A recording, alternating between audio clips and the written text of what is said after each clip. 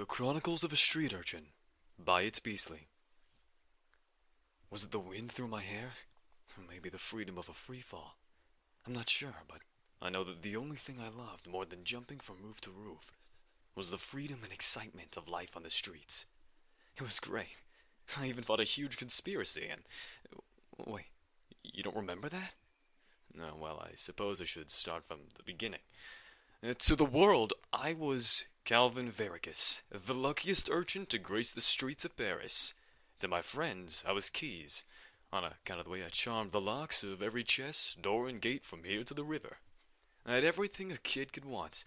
Freedom, friends, and all the fun you could ask for. But the real story started the day we got a new constable, Sebastian Lockerbie. He was supposed to clean up the streets, save the hungry. You know, the usual promises that a no-good snake would make. But I'll get to that later. I was standing on top of my favorite bakery. The old couple that owned it, the Sorens, treated me good and gave me the leftovers from the previous batches, usually burnt or stale, but my hungry stomach didn't care, and I had better things to focus on than how the food I ate tasted. I had a mansion I was saving up for. Coin by coin, I knew I'd hit it big one day, and live my life out happily. Just me, myself, and I. Hey, Keys! Jaws yelled. Jaws was one of the older urchins that rolled between the alleys. He was tall, probably 6'4", and he was strong. When the pops, that's what we call the police, rolled around, he'd just find his way through. Explain the scars that cover his face and the partial blindness in his right eye. The reason we called him Jaws is because he didn't have a name, and he once bit off a mug's finger to get away. That was before he was one of the biggest urchins on the street. How's the streets, Flatfoot? Very funny, Keys. Me, Stutters, and Silk are going to the river. Are you up for it? Jaws asked. Stutters was one of the few girls that would talk to me. Her real name was Tara Marcolo, but she stuttered the T, so we called her Stutters instead.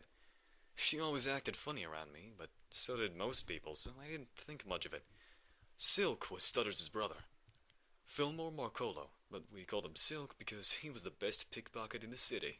He could take everything off your belt, out of your purse, and even your hands, without you knowing until you looked at it. He didn't talk much, and didn't save the money and riches he stole.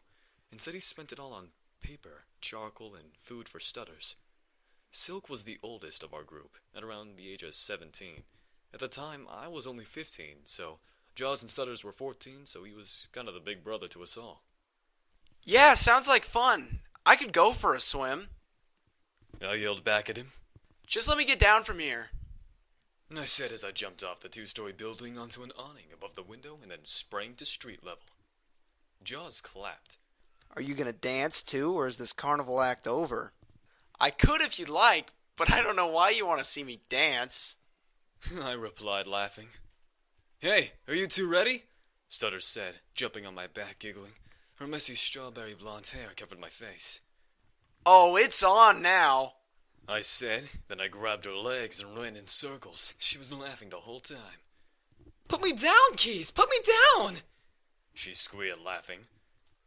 All right, Keys, don't break her, Silk said, walking up to us.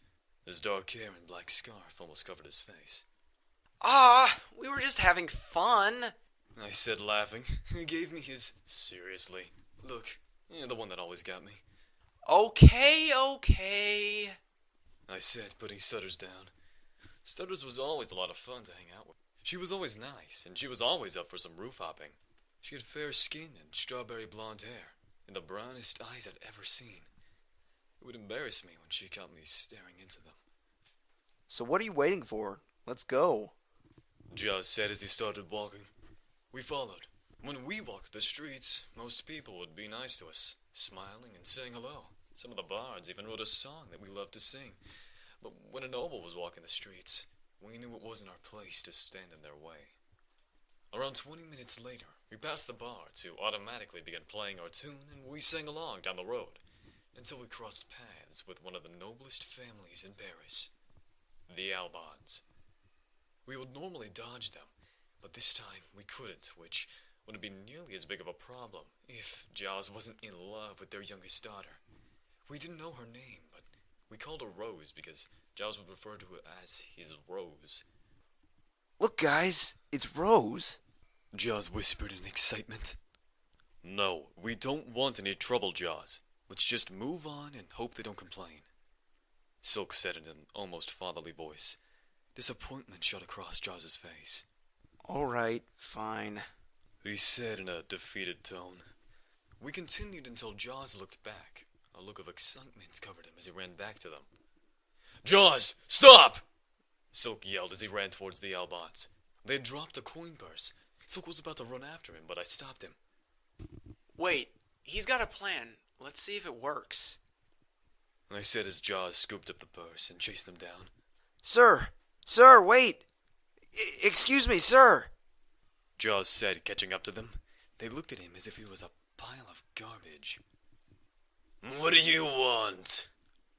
Mr. Alban asked as he looked Jaws up and down. You dropped your coins, sir. He said, extending the purse. You stole my purse and now you're trying to return it? You mongrel, he said in disgust. No, sir, you dropped this. What kind of fool will drop his purse? Are you calling me a fool? Mr. Alban asked. Jaws now understood what he was getting at. No, sir. My apologies. Please forgive me for stealing. That's what I thought. Don't do it again or I'll have your head. Mr. Alban said, taking the coins and slapping Jaws across the face, knocking him to the floor. I ran to him and helped him up. They left in disgust. Sorry, Jaws. It doesn't always go as planned. I said, trying to cheer him up. It never goes as planned. I was only trying to help. He said as I hefted him to his feet. I know, but come on, there's still a river to swim in. I said as we caught up with Silk and Stutters. Silk turned to Stutters and gave him the look. Jaws, he started. I know, that was dumb, but I just thought maybe today would be the day I was given a chance. Jaws said. We all knew where Silk was going with that, but no one knew better than Jaws. He always tried returning lost items or helping people move things, but no one trusts an urchin. Not even the best of us. We continued walking till the river was in sight. It was still summer, so the water was nice and cool. As soon as we got close enough, me and Stutters ran down to the river, stripping to a bare minimum before diving in. Silk collected our clothes as he walked to the river's edge. He never enjoyed swimming much, and that day, neither did Jaws. This has been Chapter 1 of the Chronicles of a Street Urchin. I hope you've enjoyed. Have a good evening.